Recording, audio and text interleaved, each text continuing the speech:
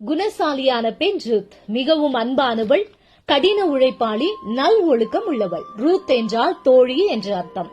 தன் மாமியாரை நேசித்து அவளுக்கு கீழ்ப்படிந்து வாழ்ந்த இந்த அற்புதமான பெண்ணை நினைக்கும் போது உண்மையிலேயே நமக்கு ஆச்சரியமாகத்தான் இருக்கிறது. எலிமெலேக் நகோமி என்கிற தம்பதிக்கு மக்லோன் கிளியோன் என்ற 2 மகன்கள் பிறந்தாங்க.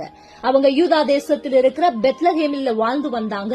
அந்த தேசத்துல வந்த பஞ்சத்தின் நிமித்தமாக இந்த குடும்பம் மோவாப் என்னும் தேசத்திற்கு போய் அங்கே குடியேறினாங்க. எலிமெலேக் அங்கே மரித்து போனார். பிறகு நகோமி அவளுடைய 2 மகன்களுக்கும் மோவாபிய பெண்களான ஓர்பால் மற்றும் ரூத்தை திருமணம் செய்து வைத்தாங்க. சில ஆண்டுகள் கடந்த பின்பு நகோமியின் 2 மகன்களும் மரித்து போனாங்க. தன் கணவனையும் பிள்ளைகளையும் இழந்த நகோமி தன் சொந்த தேசத்திற்கு போக முடிவெடுத்தாங்க. நகோமி தன் 2 மருமகள்களையும் பார்த்து, நீங்க மோவாப் தேசத்திலேயே இருந்து திருமணம் செய்து கொள்ளுங்க என்று கூறினாங்க. அதற்கு ஓர்பால் சம்மதித்தாள். ரூத்தோ தன் மாமியை விட்டு போக விரும்பல. நீங்க எங்கு போனாலும் நானும் வருவேன், உம்முடைய தேவன் என் தேவன் என்று சொன்னார். ஒரு வித்தியாசமான பெண். அந்த கால சமுதாயத்துல கணவனை இழந்த பெண்கள் பெரும் சவால்களை சந்திக்கும் நிலைக்கு தள்ளப்பட்டாங்க. ரூத் தன்னை குறித்தோ தன் எதிர்காலத்தை குறித்தோ கொஞ்சமும் கவலைப்படல. சுயநலமற்றவளாய் தன்னை அர்ப்பணித்தாள். அதனால கர்த்தர் ஆண்டவராகிய இயேசு கிறிஸ்துவின் வம்ச வரலாற்றில் ஒரு முக்கியமான பெண்ணாக ரூத்தை உயர்த்தி கனம் பண்ணி வைத்திருக்கிறார். அது மட்டுமல்ல, ரூத் என்னும் ஒரு புஸ்தகத்தை ஆண்டவர் வேதத்துல இணைத்து அவளுடைய பெயரை கனம் பண்ணி வைத்திருக்கிறார்.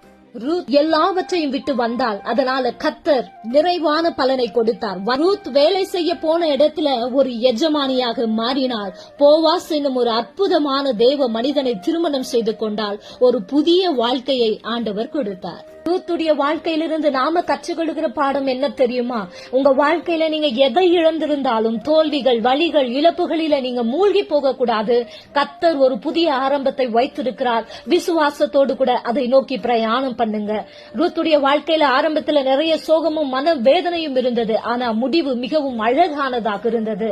கர்த்தர் நம்முடைய தோல்விகளை கூட வெற்றியாக மாற்றுகிறவர். இரண்டாவதாக, குடும்பங்களில ஒரு மனம் மிகவும் அவசியம். எத்தனை போராட்டங்கள் வந்தாலும் குடும்பத்துல எல்லாரும் ஒரு மனமா இருந்து நாம போராடும் போது அந்த போராட்டங்களை ஈஸியாக ஜெயிக்கலாம். மூன்றாவதாக, ஆண்டவருக்கு கீழ்ப்படிதலும் அர்ப்பணிப்பும் உள்ளவர்களாய் நாம் இருக்க வேண்டும். எத்தனை போராட்டங்கள் வந்தாலும் அதை சகித்து அவர் காட்டும் வழியில நடப்பதற்கு நாம் ஆயத்தமா இருக்க வேண்டும். நான்காவது, கடின உழைப்பு. உங்களுடைய பிரயாசங்கள் மனிதர்களால அது கவனிக்கப்படாமலும் அங்கீகரிக்கப்படாமல் போனாலும் ஒரு எஜமான் இருக்கிறார். அவர் உங்களை பார்த்து கொண்டிருக்கிறார். யாரும் ஈடு செய்ய முடியாத வெகுமதியை அவர் தருவார். ஆண்டவராகிய இயேசு கிறிஸ்துவை உண்மையாய் பின்பற்றுவோம். அதற்கான பலனை நிச்சயமாய் அவர் தருவார்.